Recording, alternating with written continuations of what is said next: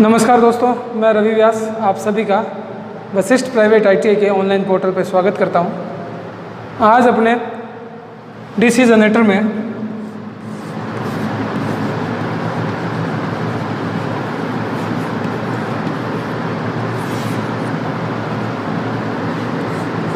जो self excited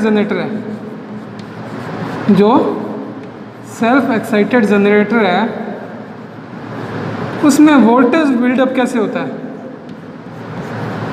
उसमें voltage buildup कैसे होगा उसके बारे में देखेंगे कि ये वोल्टेज बिल्डअप क्या है, इसकी अपने को ज़रूरत क्यों पड़ी और ये कैसे किस हिसाब से काम करता है। तो अपने आज क्या देखेंगे DC जनरेटर में वोल्टेज बिल्डअप को।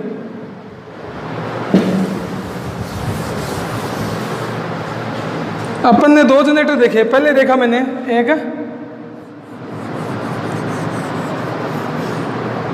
सेपरेटली एक्साइटेड जनरेटर देखा जिससे एक वोल्टेज सोर्स से मैंने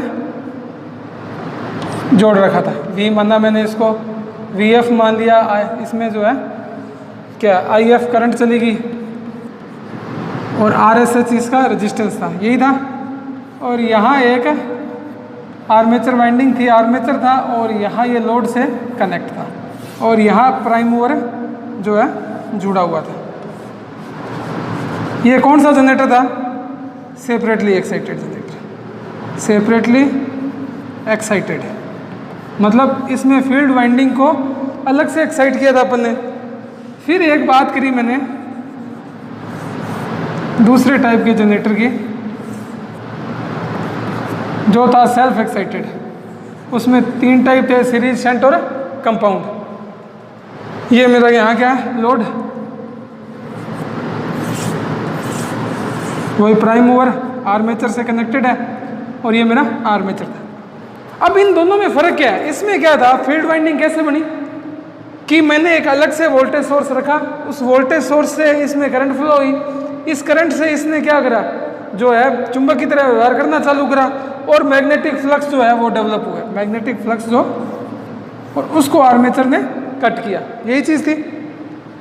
पर यहाँ मैंने क्या कहा कि ये प्राइम मूवर के थ्रू इसको मैंने रोटेट कराया तो यहाँ आर्मेचर करंट गई और कुछ करंट यहाँ चली गई और बाकी सारी यहाँ चली गई, यही बात करी थी। तो ये बात तो अपन ने कर ली कि IA जनरेट हुआ और IA से चला गया, लेकिन इस शंट फील्ड वाइंडिंग को सबसे स्टार्ट में जो है वो वोल्टेज कैसे मिली वो अपने को पता नहीं था। क्यों? क्योंकि ये IA कब जनरेट होगी, जब इन फ्लक्स को ये आर्मेचर कट करेगा। लेकिन जब ये फ्लक्स बने ही नहीं, क्यों? क्योंकि वोल्टेज सोर्स, यहाँ तो वोल्टेज सोर्स था, यहाँ कोई वोल्टेज सोर्स लगा नहीं हुआ। इसी आर्मेचर करंट से ये क्या होगी, एक्साइटेड होगी। आर्मेचर करंट का कुछ हिस्सा जो है शंट फील्ड में जाएगा और वहाँ से इसके वोल्टेज डेवलप होगी। तो ये जो वोल्टेज है, ये जो शुरुआत की जो फ्लक्स जनरेट करेगा सबसे पहली बार, बाद में तो ये जो है आर्मेचर करंट से लेने लग जाएगा, पर आर्मेचर करंट जनरेट करने के लिए सबसे पहले कुछ तो फ्लक्स कटने चाहिए। वो फ्लक्स ये कहाँ से आएंगे, उसी चीज़ को अपन ने क्या बोला, वोल्टेज बिल्डअप। वोल्टेज बिल्डअप मतलब वोल्टेज का बनना। दोबारा से देख लो कि जब सेपरेटली एक्साइटेड DC जनरेटर की मैं बात कर रहा था तो उसमें क्या था कि एक अलग से वोल्टेज सोर्स लगा हुआ था इस फील्ड वाइंडिंग में फ्लक्स को जनरेट करने के लिए। लेकिन जो ये शंट जनरेटर का एग्जांपल मैंने लिया, चाहे सीरीज का लूँ चाहे कंपाउंड का लूँ, इसमें क्या है, इसी आर्मेचर करंट का थोड़ा हिस्सा जो है ISH के रूप में कहाँ जाएगा, शंट फील्ड में। तो ये तो जब जाएगा जब IA क्या होगी, जनरेट होगी। IA कब जनरेट होगी, जब आर्मेचर जो है फ्लक्स को काटेगा, EMF जनरेट होगा। तो जब शुरुआत में यहाँ फ्लक्स ही नहीं है, कोई बैटरी का सोर्स ही नहीं है, तो ये आर्मेचर किस फ्लक्स को काटेगा, जिसके कारण IA डेवलप होगी। उस चीज़ को समझने के लिए उसी चीज़ का जो कंसेप्ट है उसको अपने क्या बोल देते हैं, वोल्टेज बिल्डअप। कि वो पहला फ्लक्स जो आर्मेचर ने काटा जिसके कारण IA डेवलप हुई और उस IA का कुछ हिस्सा जो मेरे क्या गया, शंट फील्ड में गया, वो वोल्टेज कहाँ से डेवलप हुई, उस चीज़ के बारे में जो है ये लेक्चर रहेगा अपना। तो स्टार्ट करते हैं, आओ। समझ आई बात है?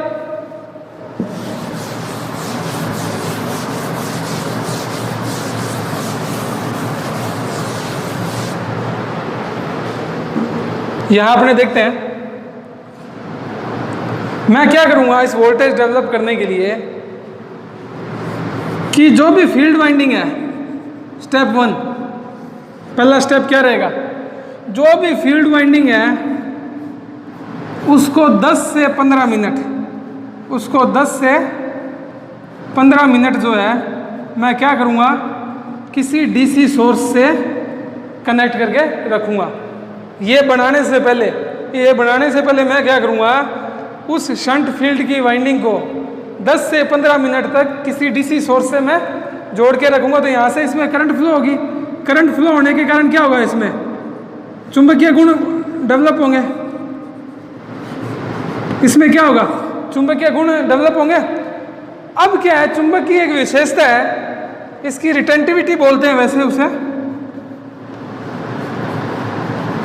आगे बीएच वक्र पढ़ेंगे उसमें भी पता चलेगा कि जब कभी भी बीएच वक्र क्या कहता था कि अगर मैं वोल्टेज जो करंट को बढ़ाता जाऊं तो मेरा मैग्नेटिक फील्ड भी क्या होगा, बढ़ता जाएगा। लेकिन जब मैं वो चीज़ हटा दूंगा तो ये वापस इसी पथ से नहीं आके ये क्या है, कुछ ना कुछ इसके अंदर रेजिजुअल मैग्नेटिज्म रह जाता है। वही चीज़ यहाँ अपने यूज़ करेंगे। मतलब ये हुआ कि जब मैंने वोल्टेज लगाई एक्स्ट्रा 10 से 15 मिनट मैंने इसको डीसी सप्लाई से जोड़ के रखा, इसमें करंट फ्लो हुई, मैग्नेटिक फील्ड जो है वो जनरेट हुआ। अब मैं वोल्टेज सोर्स को हटा दूंगा और उसको कहाँ जोड़ दूंगा, इसमें वापस जोड़ दूंगा। उससे क्या होगा कि मैग्नेटिक फ्लक्स जो बने वो क्या है, कुछ समय तक इसके अंदर रहते हैं, कुछ समय तक वो मैग्नेटिक फ्लक्स इस वाइंडिंग में जो है वो रहते हैं। क्यों? क्योंकि जो फेरोमैग्नेटिक पदार्थ है जो अपन ने इसके अंदर जो कि लिया सिलिकॉन स्टील, उसकी रिटेंटिविटी ये कहती है कि वो चुंबकीय क्षेत्र एक बार उसके अंदर आने के बाद जल्दी से वो गुण वापस नहीं जाता, उसमें कुछ समय लगता है। उसी रिटेंटिविटी के गुण को अपने जो है वोल्टेज बिल्डअप में यूज़ करते हैं। तो क्या करा, सबसे पहले 10 से 15 मिनट डीसी सोर्स से जोड़ के रखा, फिर क्या करा, मैंने इसको हटाया, इस वाइंडिंग को यहाँ पे लगा दिया। पहली बात, इस चीज़ को क्या बोलते हैं, इस प्रोसेस को क्या बोलते हैं, फील्ड फ्लैशिंग। इस कंसेप्ट को अपने क्या बोलते हैं, फील्ड फ्लैशिंग। तो पहले मैंने इसमें कुछ ना कुछ जो है चुंबकीय क्षेत्र पैदा करा, उस चुंबकीय क्षेत्र को क्या बोला मैं, रेजिजुअल मैग्नेटिज्म। रेजिजुअल का मतलब अपने कह सकते हैं बचा हुआ, मतलब वोल्टेज सोर्स लगाया और फिर हटाया तो कुछ चुंबकीय गुण उसमें रह गए, वही क्या, कौन सा मैग्नेटिज्म हुआ, रेजिजुअल मैग्नेटिज्म। तो बात हुई फील्ड फ्लैशिंग। कोई आज के बाद आपसे पूछे तो क्या कहेंगे कि सेल्फ एक्साइटेड जनरेटर में वोल्टेज बिल्डअप करने के लिए शंट सीरीज फील्ड वाइंडिंग को, चाहे शंट है चाहे सीरीज फील्ड वाइंडिंग को कुछ देर के लिए जो है डीसी सोर्स से कनेक्ट करके छोड़ देते हैं, और उसके बाद जब डीसी सोर्स हटाते हैं तो उसमें कुछ चुंबकीय गुण, कुछ अवशेष चुंबकीय गुण के रह जाते हैं, बचा हुआ चुंबकीय गुण रह जाता है, चुंबकीय फ्लक्स रह जाते हैं, रेजिजुअल फ्लक्स भी बोल सकते हैं इसको, मैग्नेटिज्म ऑब्लिक फ्लक्स रह जाते हैं। उन्हीं फ्लक्स को ये क्या करता है, यहाँ यूज़ करेंगे अपने। अब क्या करेंगे, अब यहाँ फ्लक्स जनरेट हुए कौन से, रेजिजुअल फाई आर नाम दिया। अब अगर लोड कनेक्टेड है, आर्मेचर घुमा इन फ्लक्स को काटेगा तो थोड़ा बहुत ईएमएफ जनरेट होगा। क्यों? क्योंकि फ्लक्स की वैल्यू क्या है, कम है, तो थोड़ा ईएमएफ जनरेट होगा, फिर आईए भी जनरेट होगी। अगर लोड लगा हुआ होगा तो शंट फील्ड का रेजिस्टेंस क्या है, शंट फील्ड का रेजिस्टेंस क्या है, हाई है, तो ज़्यादा करंट कहाँ फ्लो होने की कोशिश करेगी, लोड की साइड। करंट पहले ही कम है तो ये वोल्टेज बिल्डअप नहीं कर पाएगा। तो दूसरी कंडीशन ये थी कि सबसे अच्छा जो है वोल्टेज बिल्डअप करने का तरीका क्या है कि जब शुरुआत में इस फील्ड फ्लैशिंग को करके फील्ड वाइंडिंग को यहाँ लगाया जाए तो उस टाइम जो है आर्मेचर जो है वो ओपन सर्किट या ऑन लोड, नो लोड पे रहना चाहिए। सबसे बढ़िया कंडीशन जो क्या रहेगी उस कंडीशन में कि आर्मेचर जो है वो नो लोड पे रहे। अब नो लोड पे रहेगा तो क्या होगा, फील्ड फ्लैशिंग के कारण कुछ आर्मेचर करंट पैदा होगी। क्यों?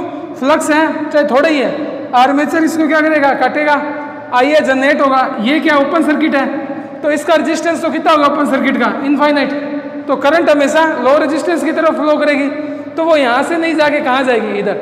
तो यहाँ ISH गई पहली बार रेजिडुअल मैग्नेटिज्म के कारण, तो इसने इसके EMF को क्या करा, इस फ्लक्स को क्या हुआ, और बढ़ाया, फिर ज़्यादा फ्लक्स कटे, फिर करंट पहले से कुछ ज़्यादा मिलेगी, फिर क्या मान लिया मैंने, जैसे अपने देखें इसमें, ये चीज़ समझ आई ना आपके।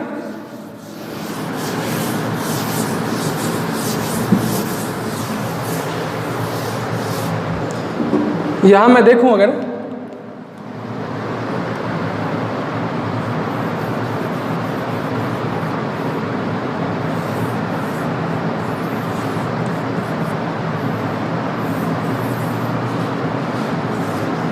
यहां क्या रहा है, ओपन सर्किट मैंने रखा, तो सबसे पहले फ्लक्स कितना था यहाँ, फाई आर। कहाँ से आया था ये, इसे बोलते क्या है, रेजिजुअल, बचा हुआ रेजिजुअल जो है मैग्नेटिज्म,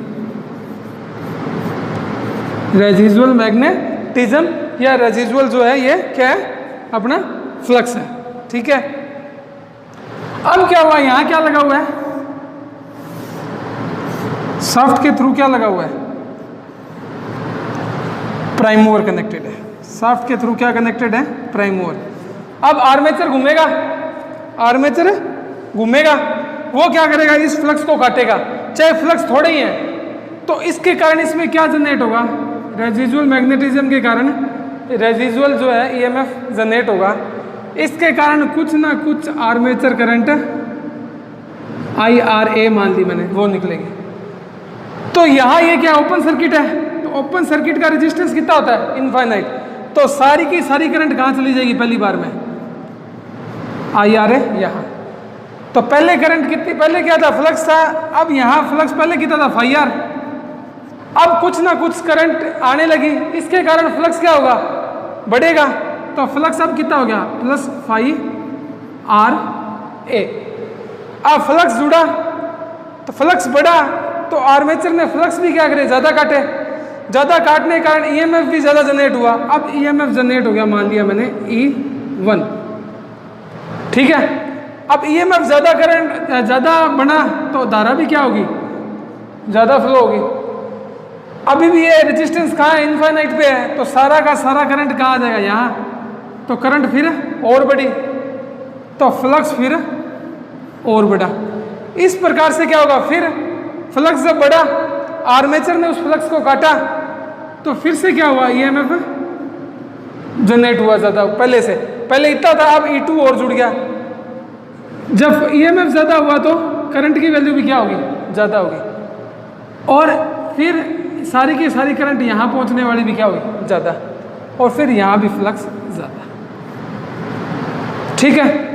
ये कब तक रहेगा, हर चीज़ की एक लिमिट रहती है। अगर मैं E और I में ग्राफ बनाऊं, E ये जनरेटेड जो है, और I जो इसके अंदर जा रही है, वो फील्ड में जो जा रही है, तो कुछ देर तक तो क्या है, E बढ़ेगा तो I भी बढ़ेगा, उसके बाद क्या होगा, सैचुरेशन आ जाएगा, उसके बाद क्या हो जाएगा, सैचुरेशन आ जाएगा। कारण कि हर चीज़ एक लिमिट तक तो बढ़ती है, उसके बाद कोर क्या होगी, सैचुरेट हो जाएगी, उसके बाद आप करंट को बढ़ाए रखो, लेकिन EMF में वृद्धि या फ्लक्स में वृद्धि नहीं होगी। एक लिमिट तक करंट को बढ़ाने पे फ्लक्स बढ़ते जाएंगे। तो पहले I बढ़ा, E बढ़ा तो I बढ़ा, तो दोनों एक बार बढ़ रहे थे कॉन्स्टेंटली। उसके बाद क्या हुआ, फ्लक्स जो है वो सैचुरेट हो जाए, कुछ नहीं बढ़ेगा आपस में। उतारो इसको,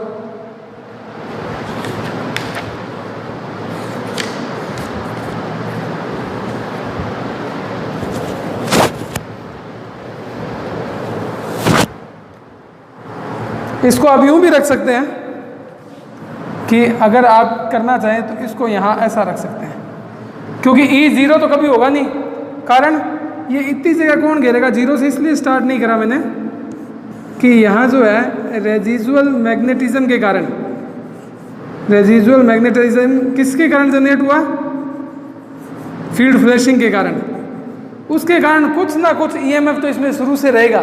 उसके बाद करंट बढ़ने पर ईएमएफ बढ़ता जाए, करंट कौन सी जो फील्ड पे आ रही है, करंट कौन सी जो फील्ड पे आ रही है, उसके बढ़ने से क्या होगा जो है ये जो ई भी बढ़ेगा, क्योंकि आई बढ़ा तो यहाँ पे जो है ज़्यादा करंट मिली, ज़्यादा फ्लक्स जनरेट हुए, ज़्यादा फ्लक्स जनरेट होने से ई भी बढ़ा। तो एक लिमिट तक तो ये लीनियरली बढ़ेगा, यहाँ रेखीय रूप में बढ़ेगा, लीनियरली बढ़ेगा यहाँ पे, लेकिन उसके बाद क्या होगा, सैचुरेशन की कंडीशन आ जाएगी, क्योंकि मैग्नेटिज्म में भी एक क्या है, इस मटेरियल की एक लिमिट है फ्लक्स जनरेट करने की। उसके बाद क्या होगा, फ्लक्स कांस्टेंट हो जाएंगे, फ्लक्स कांस्टेंट होने से क्या होगा, ईएमएफ भी क्या हो जाएगा, कांस्टेंट। क्यों? क्योंकि फ्लक्स जो है उन्हीं के कटने से, फ्लक्स बढ़ने से, फ्लक्स के कटने की स्पीड बढ़ने से ही ईएमएफ जनरेट होता है। तो जब फ्लक्स भी कांस्टेंट हो जाएगी, कटने की स्पीड कांस्टेंट हो जाएगी, तो ईएमएफ भी क्या हो जाएगा यहाँ, कांस्टेंट। तो दूसरा तरीका ये था कि उसको ज़्यादा कोशिश आप ये करें कि नो लोड पे लगाएं, ताकि उसमें जो है ईएमएफ बिल्डअप हो जाए। दो कंडीशन होगी, समझ में आई बात? अपने ये देख रहे हैं कि सेल्फ एक्साइटेड में पहली वोल्टेज जनरेट कहाँ होगी, जो फ्लक्स को काटेंगे। अब इस कंडीशन में इसको अपने लोड से कनेक्ट कर सकते हैं और अपने जनरेटर की तरह ये काम कर लेगा। ठीक है, उतारना चाहें तो उतार सकते हैं आप।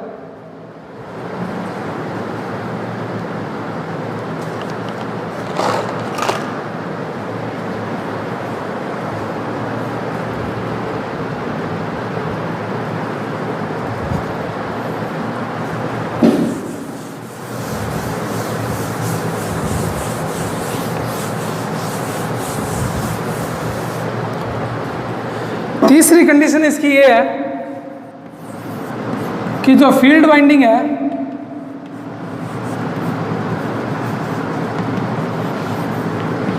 फील्ड वाइंडिंग जो है वो आर्मेचर वाइंडिंग के साथ, में फील्ड वाइंडिंग जो है वो आर्मेचर वाइंडिंग के साथ में सही से जुड़ी होनी चाहिए, सही से जुड़ी रहनी चाहिए। सही से जुड़ी रहने का मतलब ये है कि मैंने देखा कि यहाँ जो फ्लक्स आ रहे हैं, यहाँ जो ये आई जनरेट हो रहा है, तो ये सारा का सारा इधर जा रहा है और फ्लक्स ऐड हो रहा है। तो ये फ्लक्स ऐड होते रहने चाहिए, ऐसा नहीं हो कि एक दूसरे के ऑपोजिशन में लग जाए और फ्लक्स को नलीफाई करते रहे।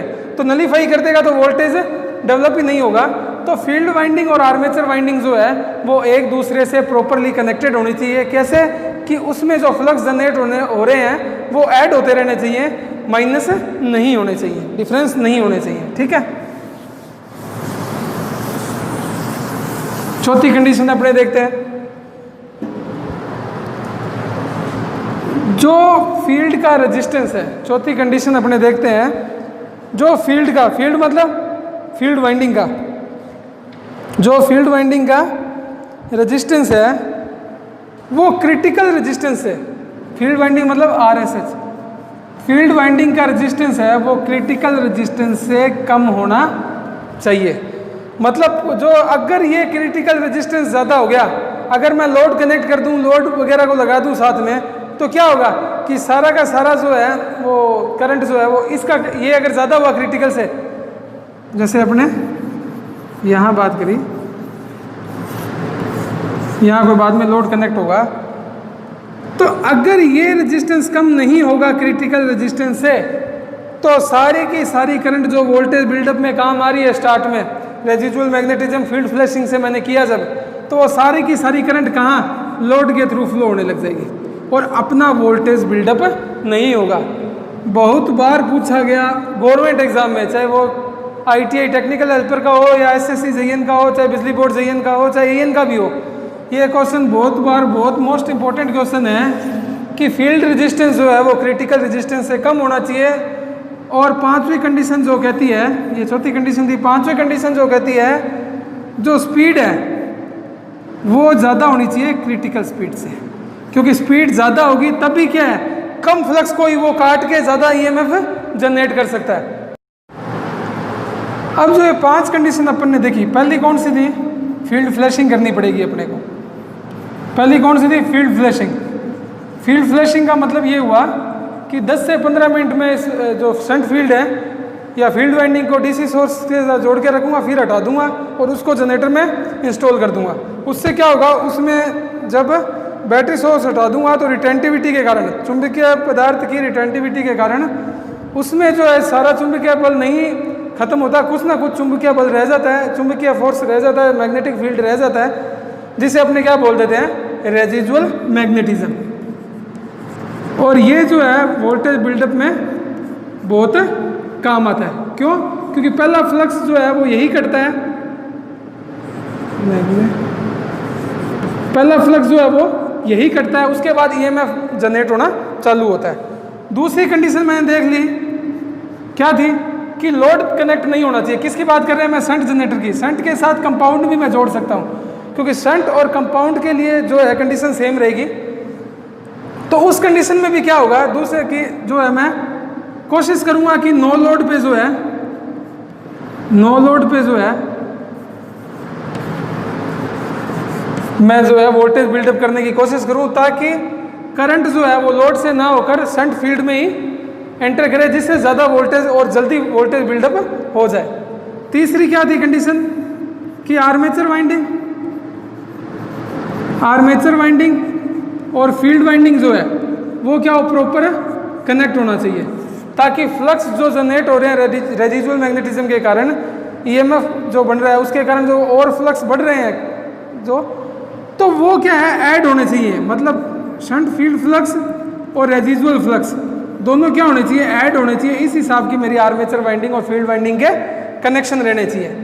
चौथा क्या था, जो शंट रेजिस्टेंस है वो क्रिटिकल रेजिस्टेंस से कम होना चाहिए। क्यों कम होना चाहिए? ताकि जो है करंट वो क्या है, लोड में नहीं जाके सारी कहाँ आनी चाहिए, शंट फील्ड में आनी चाहिए, क्योंकि करंट जो है वो लो रेजिस्टेंस का पाथ चूज करती है। पांचवा क्या है, स्पीड जो है वो क्रिटिकल स्पीड से ज़्यादा होनी चाहिए। कारण कि स्पीड ज़्यादा होगी तो ज़्यादा फ्लक्स कटेंगे और ज़्यादा ईएमएफ जनरेट होगा।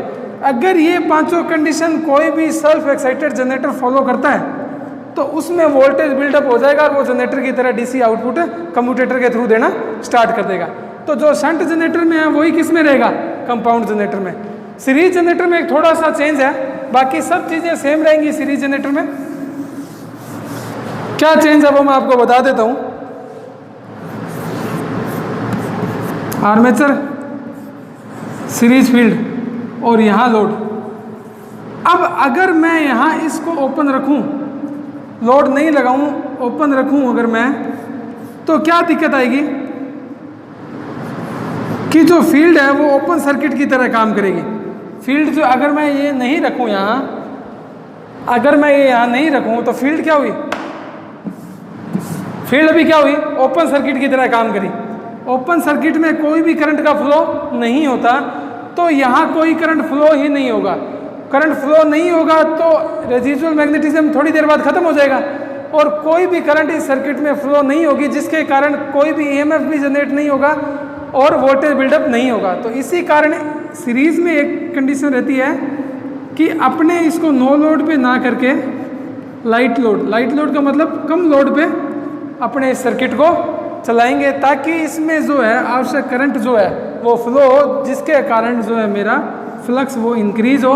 फ्लक्स इंक्रीज हो तो फ्लक्स कटेगा तो मेरा ईएमएफ इंक्रीज हो, जिससे मेरा वोल्टेज बिल्डअप हो जाए। तो सीरीज की एक कंडीशन अलग थी, बाकी चार कंडीशन इसमें भी सेम रहेगी, और ये जो शंट और कंपाउंड के लिए पांचों कंडीशन सेम रहेगी। तो इसी तरह जो है इस सर्किट में जो है वोल्टेज बिल्डअप होता है। और बहुत बार जो है गवर्नमेंट एग्जाम में, चाहे वो कोई सा भी गवर्नमेंट एग्जाम हो, टेक्निकल हेल्पर से लेकर AN तक का, गेट तक के एग्जाम में, गेट IAS के एग्जाम तक में भी ये जो है क्रिटिकल रेजिस्टेंस और क्रिटिकल स्पीड के क्वेश्चन बहुत बार पूछे गए हैं, वोल्टेज बिल्डअप के क्वेश्चन बहुत बार पूछे गए हैं। इसका कारण यही है कि लोग जो है डीसी जनरेटर पढ़ लेंगे, उसके टाइप पढ़ लेंगे, कैरेक्टरिस्टिक पढ़ लेंगे, ईएमएफ इक्वेशन पढ़ लेंगे और जनरेटर हो गया।